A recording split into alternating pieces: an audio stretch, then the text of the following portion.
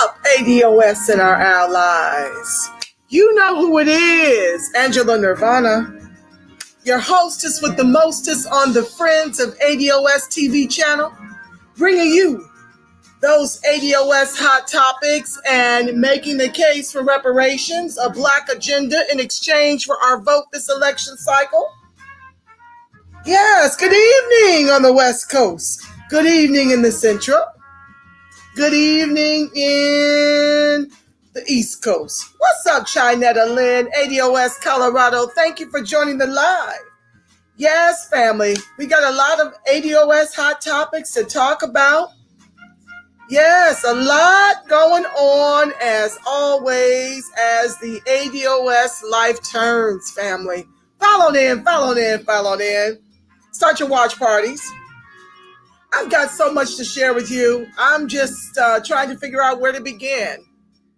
Let's start with a couple of articles because a couple of deputies were ambushed in Compton. It's getting live out here in California, y'all. It's getting live out here. Yes. Oh, thank you so much, family. I try to bring y'all that Angela Nirvana smoke every show, family. Yes, I do.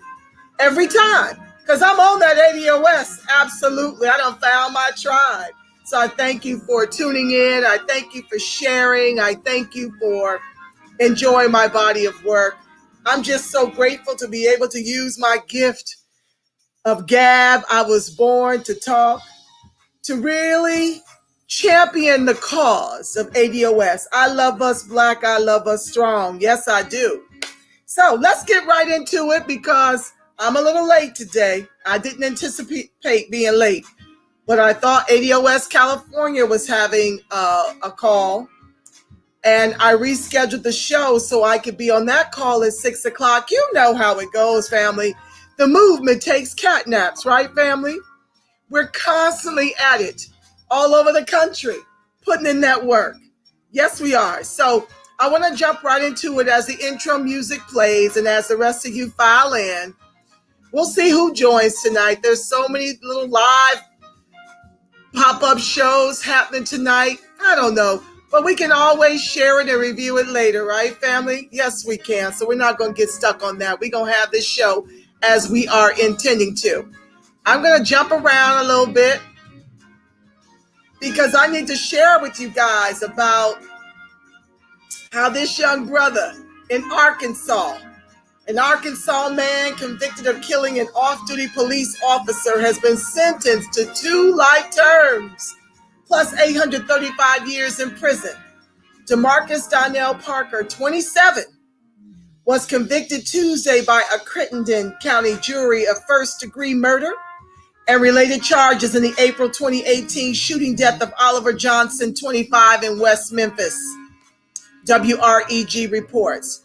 Johnson, who lived in West Memphis, was a police officer in Forest City, about 40 miles west of his home. Prosecutors said Parker fired a gun at rival gang members when a stray bullet killed Johnson, a father of 2, whom police believe wasn't Parker's intended target, the station reports. In addition to murder, Parker was also convicted of a first-degree unlawful discharge of a firearm from a vehicle, 6 counts of attempted first-degree murder, and 15 counts of second-degree unlawful discharge of a firearm from a vehicle. A judge also sentenced Parker to a 15-year enhancement of committing a felony with a firearm on each 23 counts, as well as a separate 10-year enhancement for committing felonies in the presence of the child. Johnson was with one of his daughters and other children inside his apartment when he was fatally shot. Neighbors told police they heard about 40 gunshots in all. Now, I'm going somewhere with this story, family. Bear with me.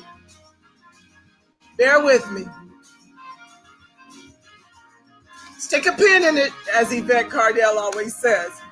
Okay, now listen here. This protest follows shooting death of a Black man who was stopped by deputies while riding a bicycle.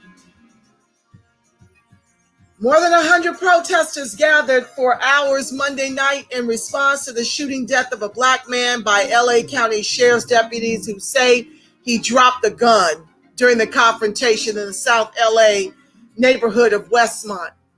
The shooting occurred at about 3:15 p.m. during a fight between deputies and a man near West 109th Place and South Budlong Avenue, according to the sheriff's deputy Juanita Navarro Suarez. Deputies initially stopped the man, identified by family members as 29-year-old Dijon Kizzy, because he was on a bicycle and in violation of vehicle codes, according to Deputy Brandon Dean of the Sheriff's Homicide Bureau. The Sheriff's Department did not provide details about the violation. But he gets to lose his life riding on his bicycle.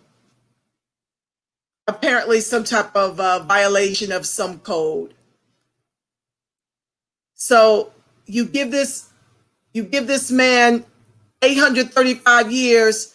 I'm not justifying the fact that he was in a gang-related war on the outside of the officer's home, but the officer that was killed is a black officer. And we still don't have any arrest in the case of Breonna Taylor, right? In the case of Elijah McClain, a lot of these officers go home or get desk duty. But you're going to give this 27-year-old 835 years for a stray bullet. He didn't intentionally kill the officer, the black officer, right? Like I said, I'm not justifying the fact that he killed this officer in his home. I believe he should be punished for that.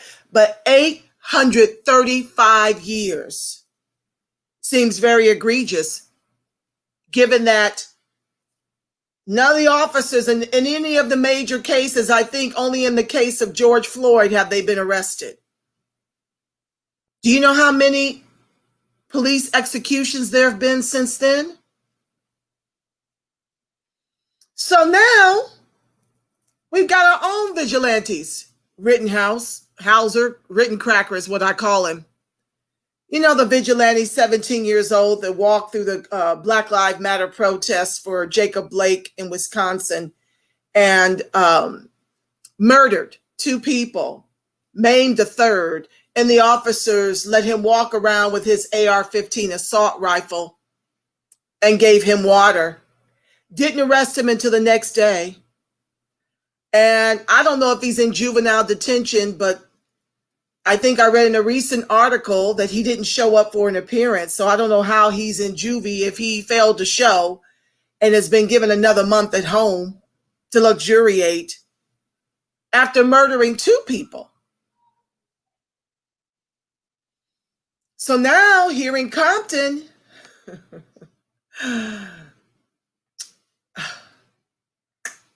let me just get into it, family. This is what you're asking for. This is going to be war. Since there isn't a war on ADOS life in distressed communities, now our civilians are taking matters into their own hands. 2 LA County Sheriff's Department deputies who were shot and critically injured Saturday night are out of surgery, according to a LASD spokesperson. The deputies, 1 male and 1 female, were ambushed as they sat in their vehicle, police said. Sheriff Alex Villanueva said at a press conference Saturday night that the shooting in Compton was done in a cowardly fashion and that both deputies were being treated at St. Francis Medical Center in Linwood. Captain Kent Wegener said the shooting happened at 7 p.m. Wegener said the suspect approached from behind the deputy's vehicle and walked along the passenger side. He acted as if he was going to walk past the car, raised a pistol, and shot multiple times, hitting both deputies, Wegener said. A gunman walked up to an LA County. Video of the incident tweeted by the LASD appears to show an individual in dark clothing walking up to the deputy's car, firing a gunshot into it and running away. The two officers, a 31-year-old mother and a 24-year-old man, were taken to a local hospital and are both still fighting for their lives, LASD said. Both deputies were sworn in 14 months ago, Villanueva said. This is just a somber reminder that this is a dangerous job and actions and words have consequences. Our job does not get any easier because people do not like law enforcement, Villanueva said. It pisses me off. It dismays me at the same time. There's no pretty way to say it.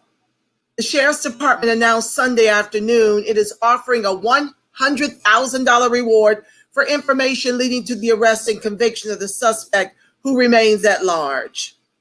As of Sunday, the metro station in Compton remains an active crime scene with dozens of law enforcement vehicles and police tape blocking access.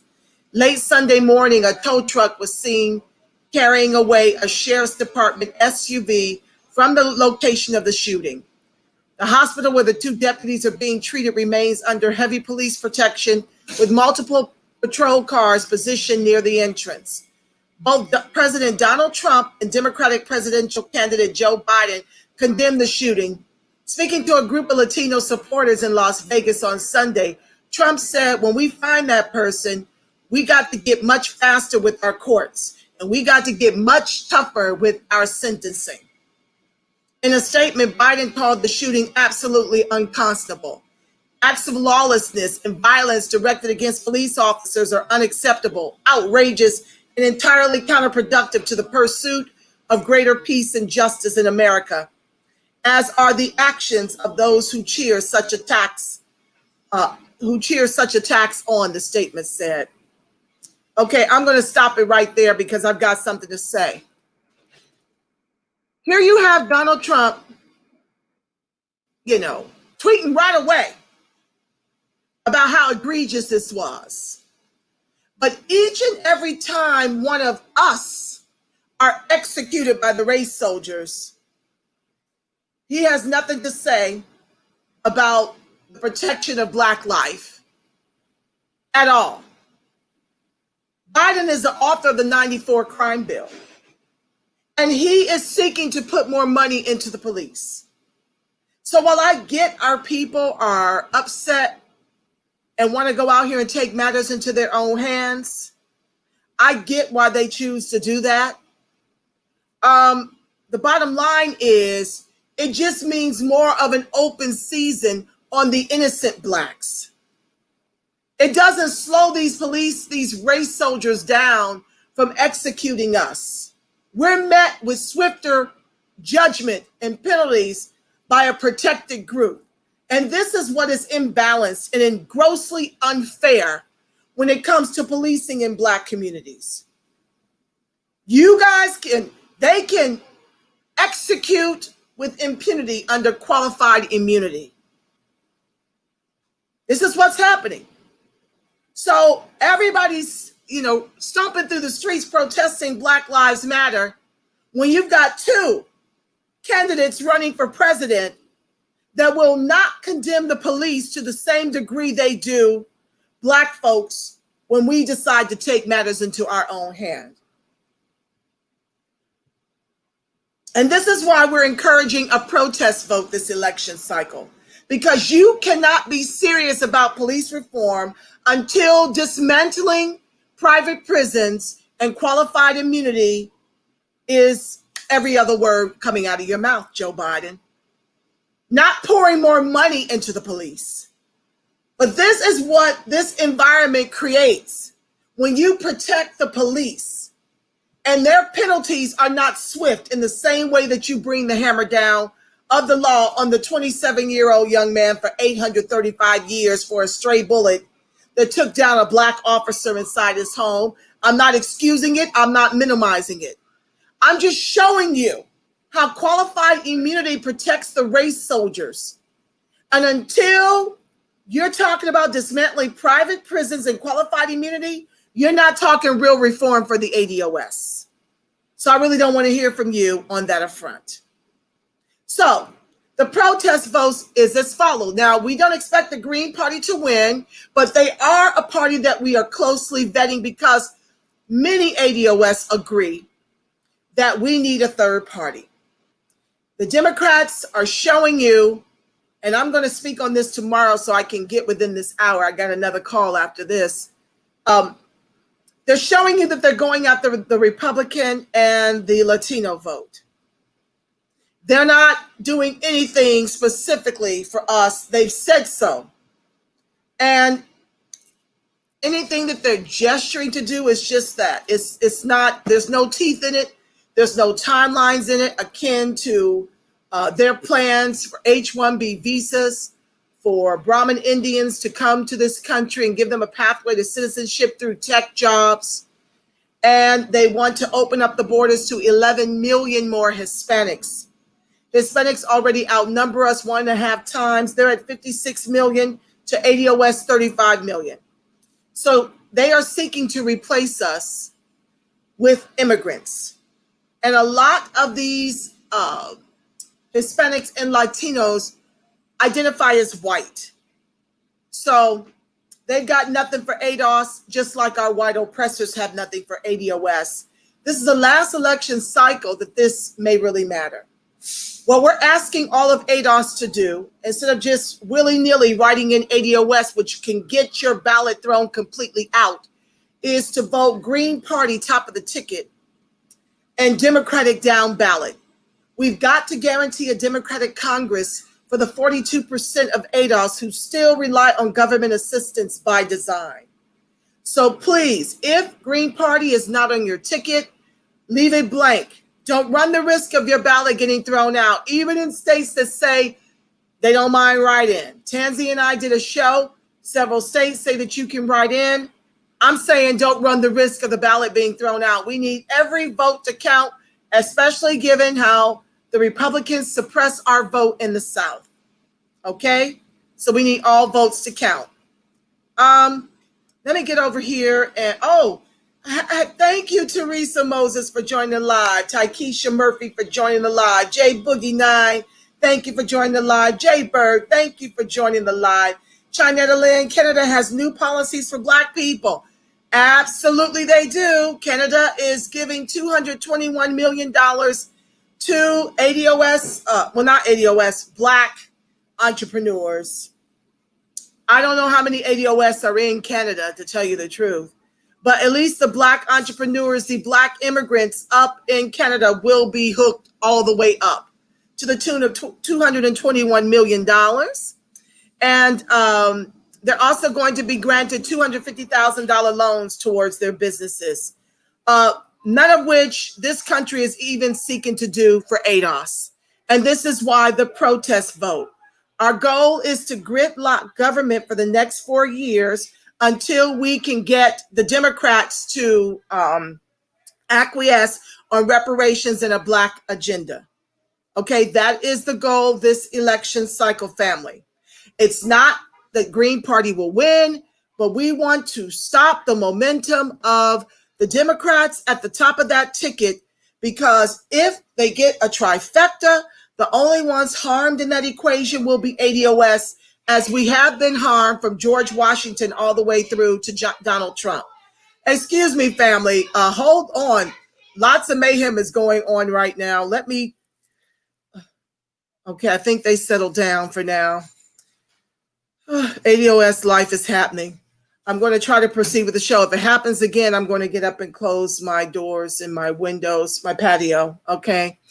Anywho, so yeah, we have this protest vote that we need all hands on deck. This is a time when everyone gets to be a part of the movement. We need everybody invoking this strategy, and we need for you to guarantee that your vote counts. Look up your board election laws to make sure prior to filling in your ballots. If you can, drive your ballots through to a polling station. We addressed on a prior show that 28 million votes disappeared over the last 4 elections. We can't afford to have that happen. Right. Michael said, welcome to the live. He's laughing because of all of my drama. spinning around outside. So anywho, we can't afford to lose not one vote. The 42% of ADOS need our votes to count more than ever this election cycle. Okay, family? So please know your board election voting laws before you fill in your ballot, and try to find a place that you can drive your ballot through, and don't lean so heavily on the mail. 28 million lost over 4 election cycles. So let's dig in so we can actually get you guys out of here in, we're at 20 minutes, okay, in 40 minutes. And you guys can chat your comments or questions in the chat, and I will visit those. Okay, they still clowning. It looks like I'm gonna have to sweat bullets, family. Hold on while I go and, Jesus, just a second.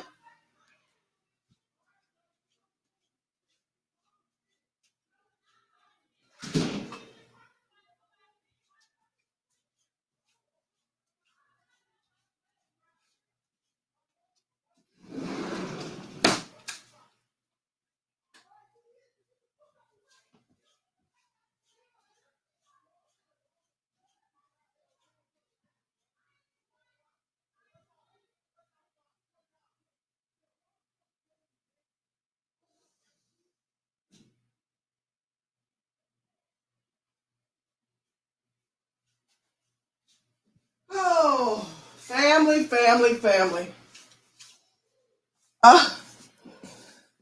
Thank y'all for holding. Child, the struggle is real. Okay, so let's get into the text. Tonight, I hope you guys get this book. It is really invaluable to have.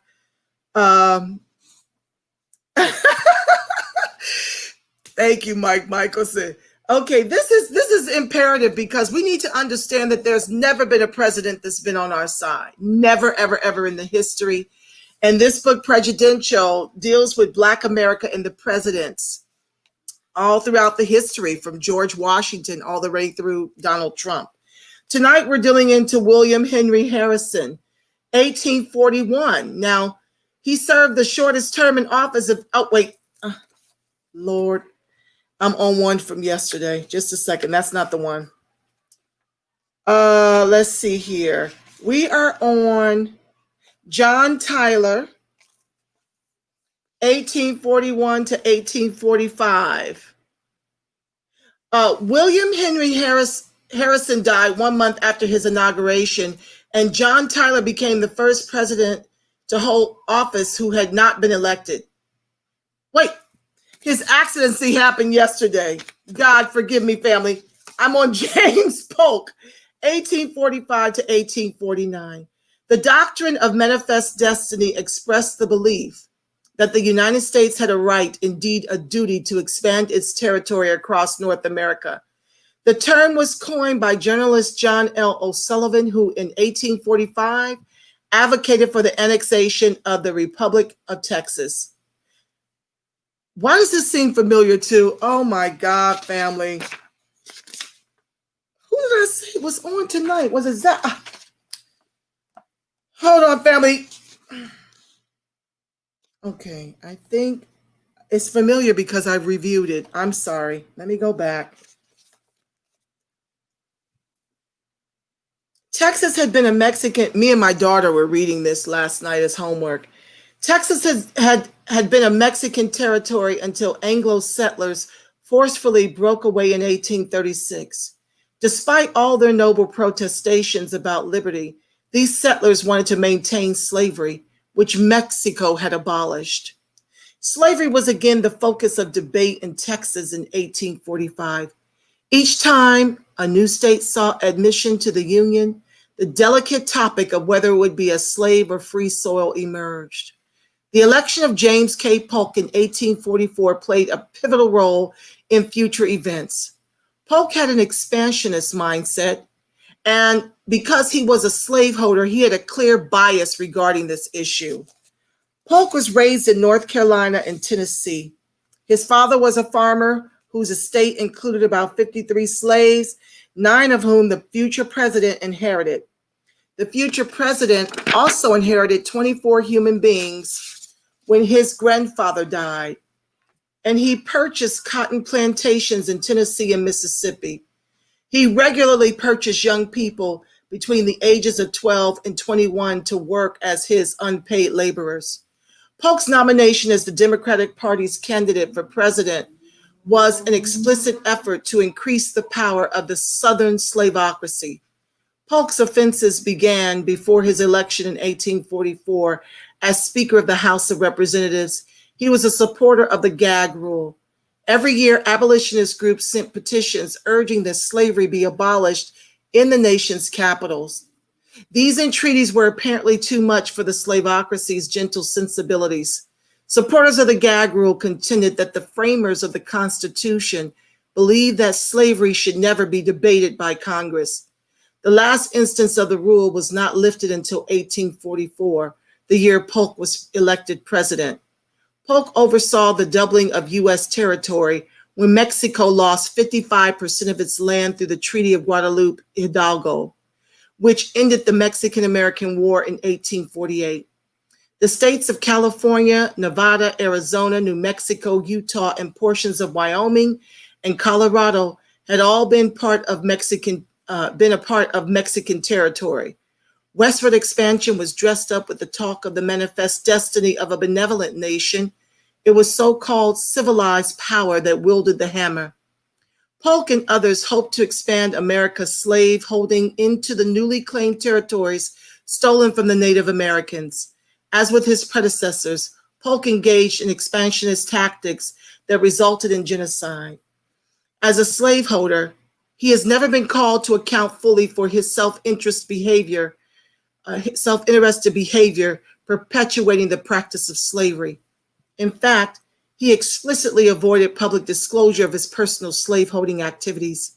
Just 3 weeks after the war with Mexico began, he wrote to his brother-in-law, who was charged with buying more hands for Polk's Mississippi plantation.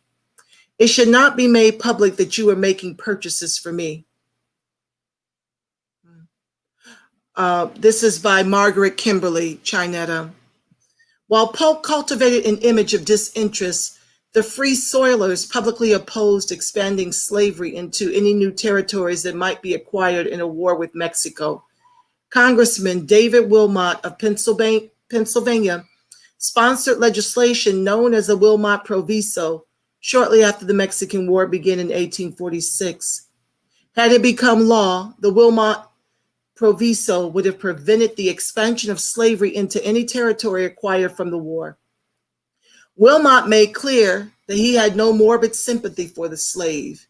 He favored snatching Mexican land, but only where the sons of toil of my own race and own color can live without the disgrace which association with Negro slavery brings upon free labor. Polk countered with yet another compromise, harking back to 1820. The president suggested that the line of slavery continue at 36 degrees 30 feet latitude, which would allow slaveholding in Southern California, New Mexico, and Arizona, while leaving Northern California, Washington, Oregon, Idaho, Utah, and Nevada slavery-free. Ultimately, both the compromise and the Wilmot Proviso failed, and none of the states acquired in the Mexican War allowed slavery. The slaveocracy, having defeated the Wilmot Proviso, would continue their legislative victories the following year with the passage of the 1850 Fugitive Slave Act. Polk, like his predecessors, who also supported the expansion of slavery and protection of slaveocracy rights, ultimately helped to destroy the institution they sought to preserve. Northern opposition to the Fugitive Slave Act would move the nation closer to war. So, family, you're hearing more of the same. I'm just going to check my notes real quick. So, Polk and Zachary Taylor. Very good. I'm on track. You're hearing more of the same. You know, where these presidents, past and present, continue to build into the laws our enslavement in one form or another. You know, they're going to miseducate us, deny us access to jobs. They're going to deny us loans for small businesses, deny us home loans, deny us access to health care.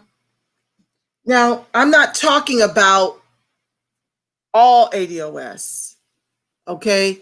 Some of us are unicorns and we're actually doing better than most ADOS in this country. 90% of the Blacks in this country who are ADOS share $700 billion to white people's $100 trillion. There is no way to close that egregious racial wealth gap. And so, in effect, we've never been given access to be American. Hence why I'm pushing the protest vote. Because you see the Democrats leaning towards Republicans and giving immigrants a pathway to citizenship before making us American. They want to find trillions for war, trillions for bailouts, trillions to prop up the stock market, you know, $1 bazillion for the private prisons.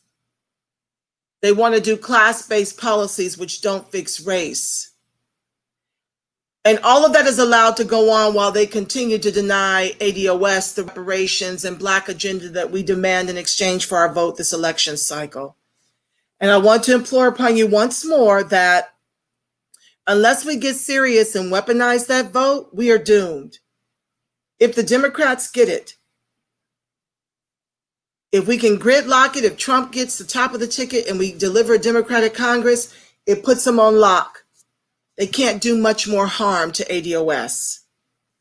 But if we allow the Democrats to get that trifecta, we're going to be the only ones, as per usual, suffering under the boot of the oppressor, while everyone else gets their goodies and goes home. Tomorrow at the top of the show, I'm going to deal with Biden and Kamala and their plans for Indians and Hispanics and Latinos, and how in Florida there is a dead heat for the Latino vote between Trump and Biden. And I'm going to get into the numbers from the Color of Law Miami to show you how exponentially better the immigrants are faring than us down in Florida. Hence why there's a dead heat, because there's a lot of white Latinos, white Cubans down there who are for Trump because they're from that same ilk. They got money and they've been given access and a pathway to citizenship above ADOS, whose ancestors built this country with their lives. Okay, let me finish up with my next president, and then we can take Q&A.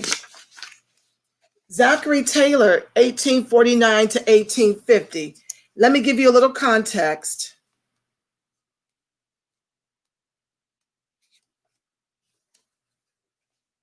So 53 Africans on board the slave ship Amistad revolt against their captors, killing all but 2 crew members in 1839. In 1851, Sojourner Truth gives her famous "Ain't I a Woman" speech at a convention for women's rights. Let's get into it. Zachary Taylor served in office for only 18 months. He was inaugurated on March 5th, 1849, and he died on July 9, 1850. Some historians say that eating raw fruit and milk on a hot day killed him. Others say that it was cholera, yet others believe that he was poisoned.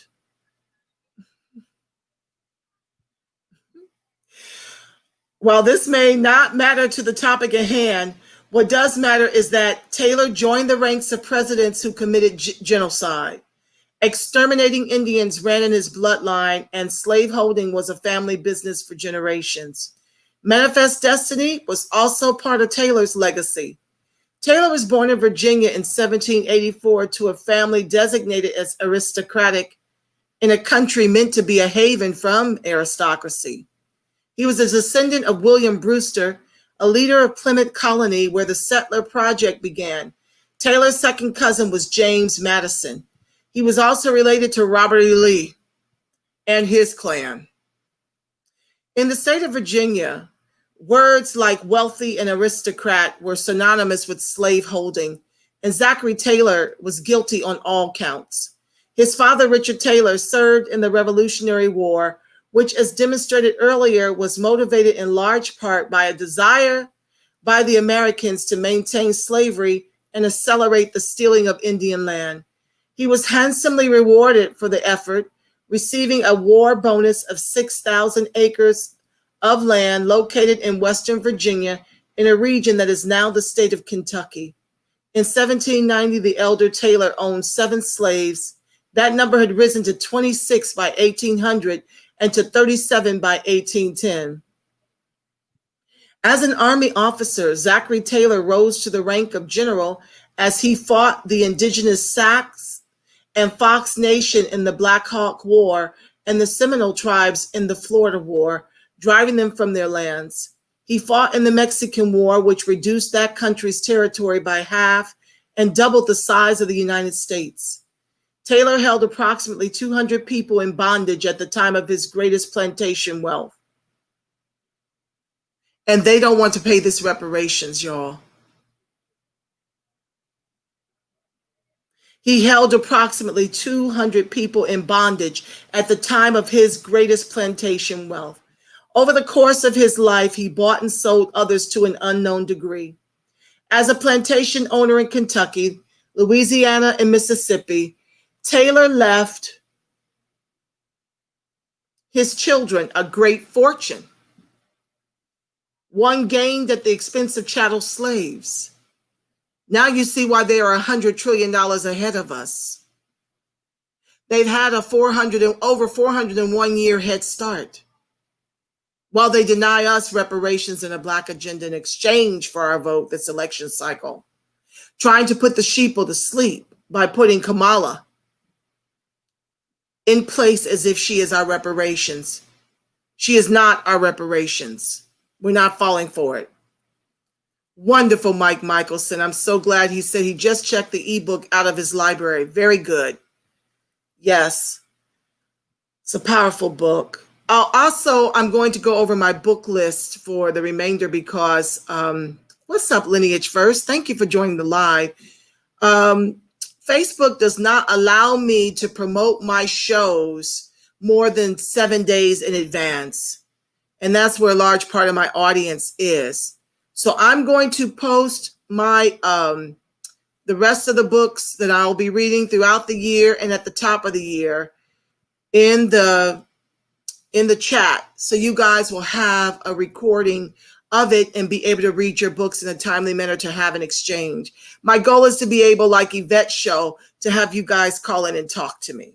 Okay, this show, this book club series is inspired by hers. Okay, I just love her so much. She makes me laugh. You know, having libations in the haberdashery and all this kind of stuff. I just get tickled. Lineage First says, I have a DNA cousin who is one of his slave descendants. Wow. Her family owns plantation land once owned by his family down in Mississippi. That just thrills me through and through and through. I think Nicole was on one of my shows. She's got 3 names. Nicole Williamson. I can't think of the third name. But she too owns property close to the plantation and estate of one of the presidents. I just love hearing that we own property where our masters once owned, these presidents. How befitting. How poetic is that justice? Yes, we love us some YC. She keeps me laughing. Oh, which is good because a lot of this stuff can make you cry, right? Let's get back to the text. I want to finish so I can get you guys up to speed on the rest of the books that you guys have got to get. And before I forget to share with you, a lot of these books are at a deep discount over in eBay. It takes a little longer to receive than Amazon, but you can get your books over there for a fraction of the cost. I think Sandy Darity's book. I want to say it's $25 in Amazon. I got it for, I want to say $7 over in eBay. So it takes a little longer, but with enough notice, you can order your books from there, have them in place, and own these gems, right? Or like Mike Michelson is doing, getting the ebook from his library. That works too. I just need you guys to read it so we can have an exchange, because I'm not going to be reading the other books like this. I'm only reading because, number one, I love to read. Number two, these chapters are very short. And if you don't know your history, you're bound to repeat it. I still want you to get the book and have it in your library and go over it with your children. Me and my daughter read these 2 chapters last night while I was preparing for this show.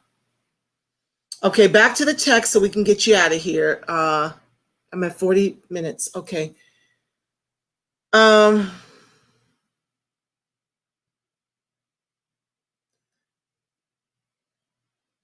Okay, I'm going to go back to this. Taylor held approximately 200 people in bondage at the time of his greatest plantation wealth. Over the course of his life, he bought and sold others to an unknown degree. As a plantation owner in Kentucky, that's where my people migrate from. Kentucky and Tennessee is where my family endured chattel slavery.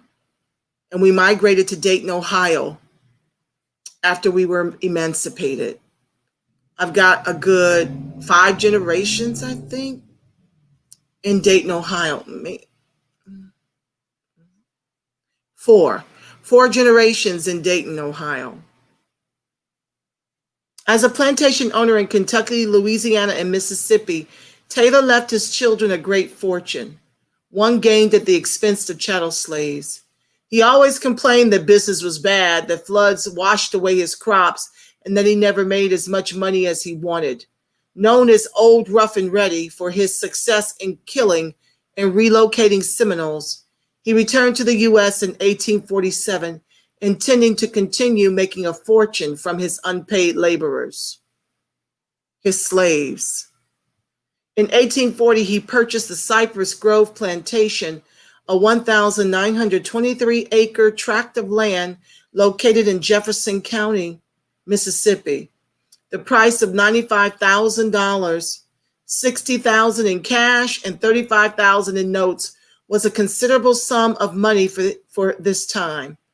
He bought not only land, but 81 humans as well. Most of that county's people, some 80%, were enslaved. At the time of his death in 1850, Taylor owned 127 enslaved people on the plantation. In 1850, only 1,733 slaveholders, roughly 0.5% of all the slaveholders in the nation, owned more than 100 people each. You see how we made cotton king, sugar? All of it. The 12th president of the United States should be remembered for more than dying unexpectedly. The same authors who provide useful information about the degree of his slaveholding also maintain that his servants were as well treated and their welfare as carefully considered as any in the South. Each slave received fresh milk daily and was issued a pound of meat on an average day. Indians struggling to keep their lands resisted as long as they could, but those same authors call them savages. Taylor and other presidents are still revered, no matter how unsavory their conduct. New Hampshire's Independent Democrat quite accurately described Taylor in an 1848 editorial as one of the greatest slaveholders in the United States, who raises babies for the markets and makes merchandise of his fellow men. He has 100 mothers, with or without babies, for sale in the shambles. He furnishes Creole versions for the hells of New Orleans and riots on the ruins of souls for whom the man of sorrows died. Let me take a breath. This is hard to read, family, and this is not even as dire and diabolical as they were her property. Oh, it takes a lot out of me.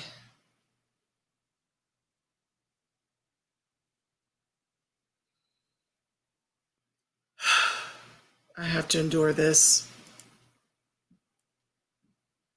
This is why people turn away. They don't want this. They don't want this knowledge because it does a number on the psyche. But for me, I impart this to us as a people because I need to understand why we fight ADOS movement in particular. We need to understand and stay on fire for this fight for our people, for the reparations we are owed. If there's no greater case for reparations, it's these short stories and all the rest that should make you stay on fire to continue this fight until they cut the check in the trillions over multi-generations. So I endure the horrors and I read the horrors to you to keep you mindful, because being angry and upset gets ish done. Being angry and upset gets ish done. It's lit a fire under me for my daughter, for your sons and daughters, for you, as it has everyone who joins me on the live, in the chat, on a consistent basis. And I have to remind myself, it is trauma. Mike Michelson. Chinetta says, thank you, my sister. Truth hurts. It hurts so deep. It is traumatic. But we need to understand what happened to us, what continues to happen to us, and how it all is relative. We must. So we must endure the trauma, the horrors, and just thank our ancestors on a consistent basis, because they paved the way for you and I to be able to have this conversation. And what they endured was far more egregious and far more traumatic than me reading about it. So I'm going to keep moving through until the end. YVOC info. Angela, it is okay to take a break and come back to it later for your own health. Oh, thank you so much for that, family. But I'm so behind. I took a week off for my birthday. So I'm going to keep going. I'll be okay. I'm going to decompress after the show, as I often have to do. It is a lot. It's a lot because it's not historical. Well, it is history, but it's present day. That is what is a lot for me, family. That we're still continuing to be executed by the race soldiers in the same way the slave patrols. That's what's exhausting. This is what is exhausting about slave movies and the whole 9 yards, right? Because we're still living it. It's not like the Jewish Holocaust that they can look on in memory of. They've got $1 bazillion in reparations and are doing far better than us in our own country that our ancestors built with their lives. So I'll be glad when we can look on these stories in memory of, instead of something that's still present day happening to us. We are still under the boot of the oppressor. I will be glad when this can be in our rearview mirror. I pray to see it in our lifetimes, family. Back to the text. This 19th century newspaper does a better job of describing how Taylor made his fortune than do many 20th and 21st century biographers. Taylor is a paradox in that he wanted to keep anti-slavery Northerners happy. He was chosen as the Whig nominee to keep Southerners happy, but he was not as malleable as the powers that be had hoped. He insisted that California and New Mexico be admitted to the Union directly, skipping the process of becoming territories. This decision made it possible for 2 new anti-slavery states to be admitted to the Union, but only because Taylor knew that these new territories were unsuitable for large-scale cultivation of sugar and cotton and would never have viable plantation economies.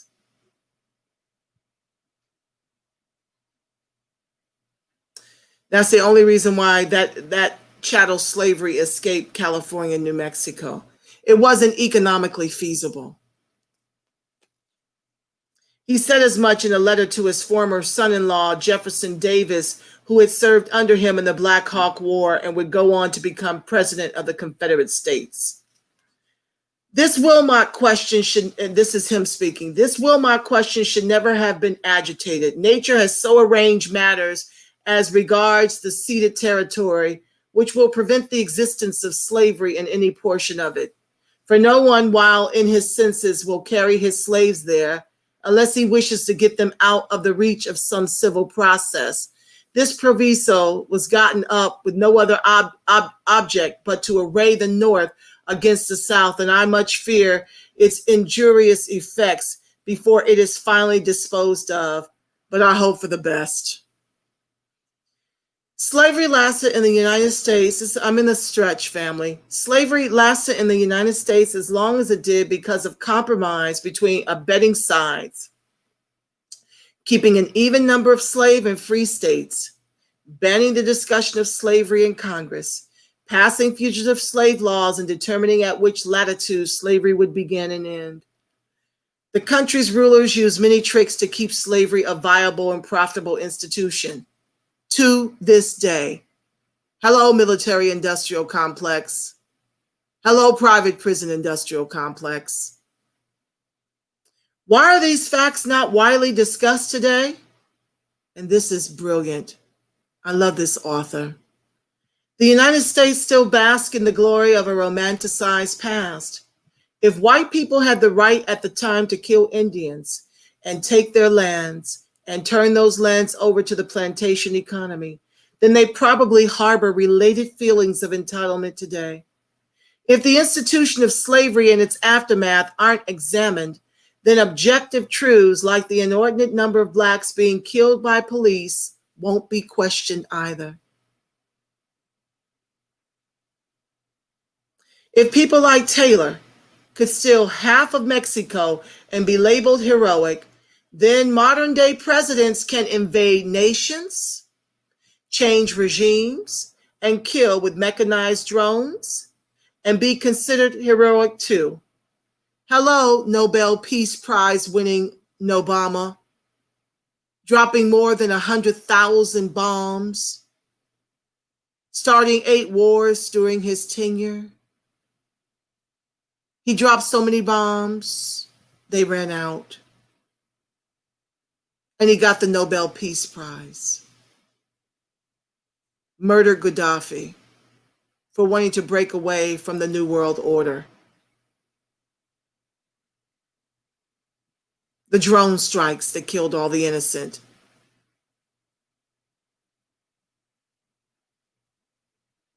I gotta read that again.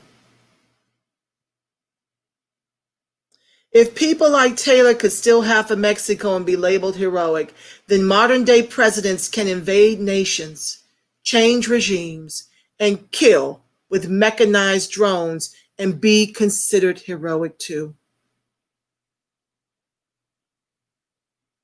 Today's propaganda differs, Brandon. Lineage first, and they have their own nation.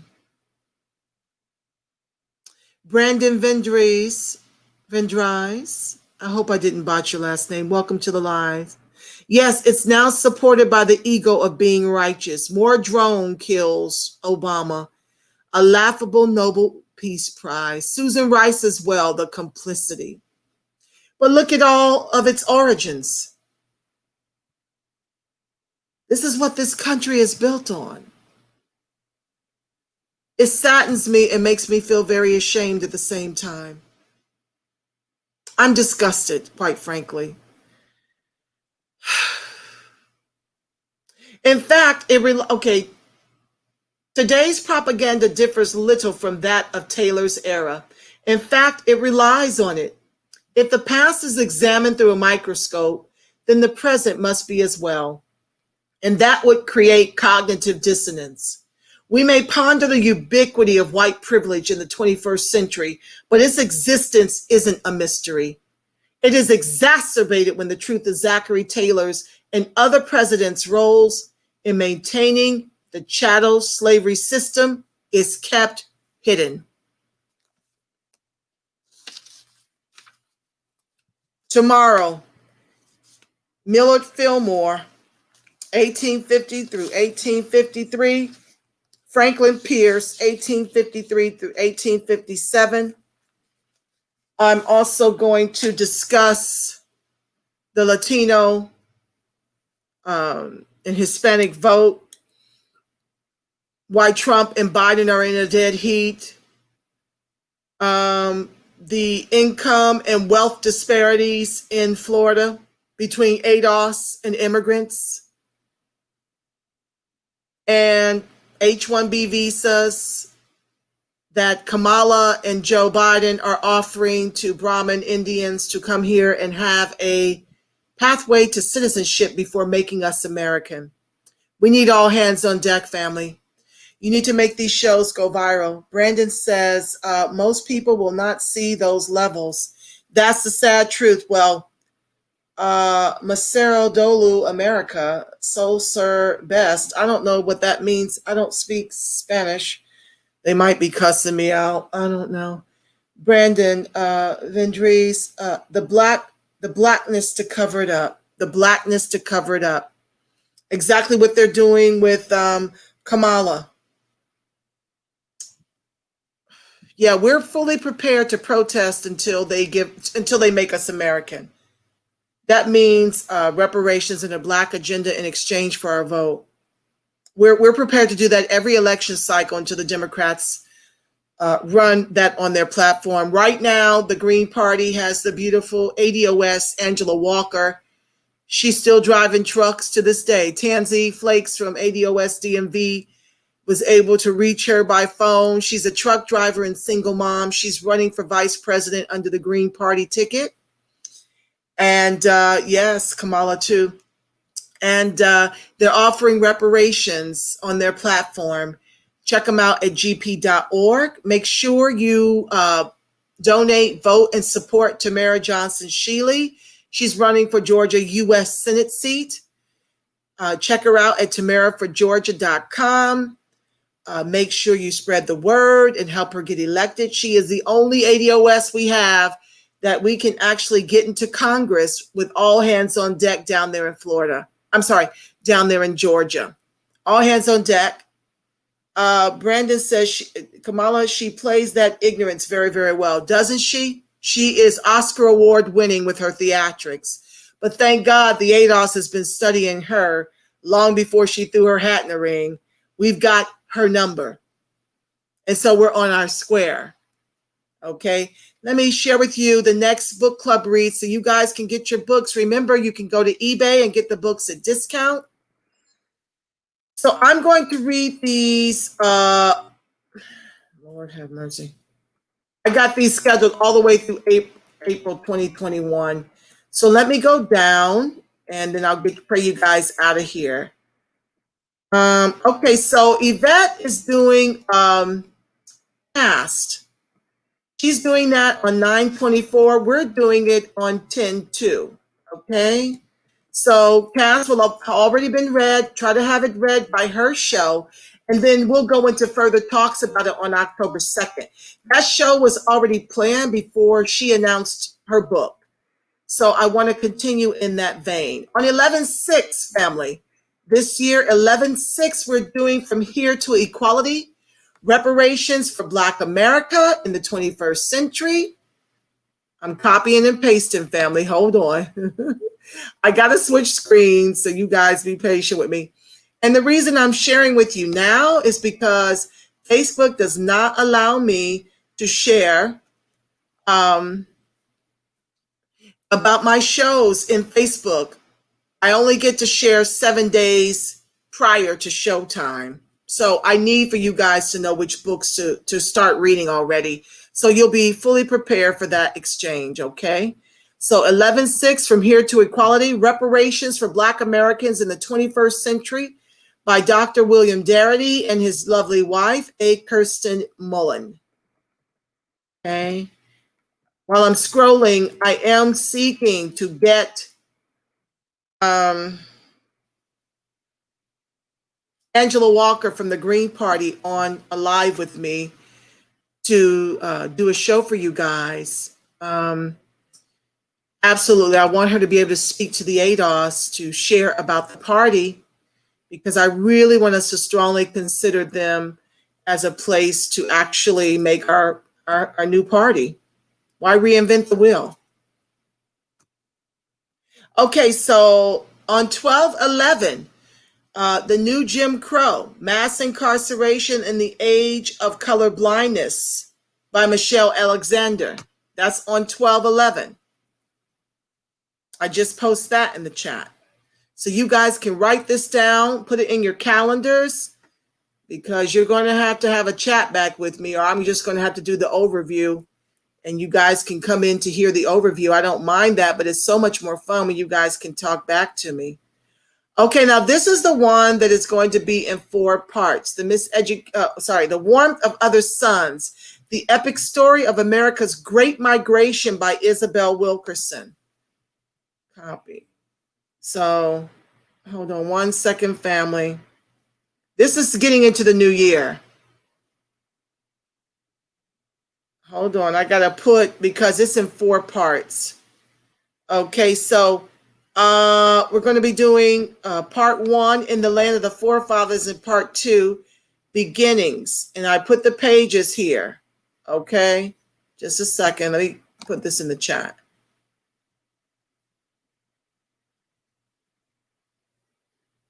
Where am I? Oh, I'm over an hour. Okay, I'll share the other 3 tomorrow, family. Other 3 months, February, March, and April, because they have their own set of pages too. Okay, so that's enough for now. I don't want to overwhelm you. I know myself, I get ear fatigued if I'm in a situation for too long. I want to thank each and every one of you for joining the live. I so appreciate you so much. And I want to pray us out, put a covering over us, and remind you of the truth of who you are. That the light of God surrounds us, the love of God enfolds us, the power of God protects us, and the presence of God watches over us. Wherever ADOS and its allies are, God truly is, because, family, you are the face of God. You are the voice of God. You are the body temple of the Spirit of the living God. Until tomorrow, family, you make it a beautiful, God-inspired rest of your evening, and go out in these streets and act like you know who you are. I love you, Black. I love you, strong. Ciao for now, family. See you tomorrow, 6 o'clock. Peace.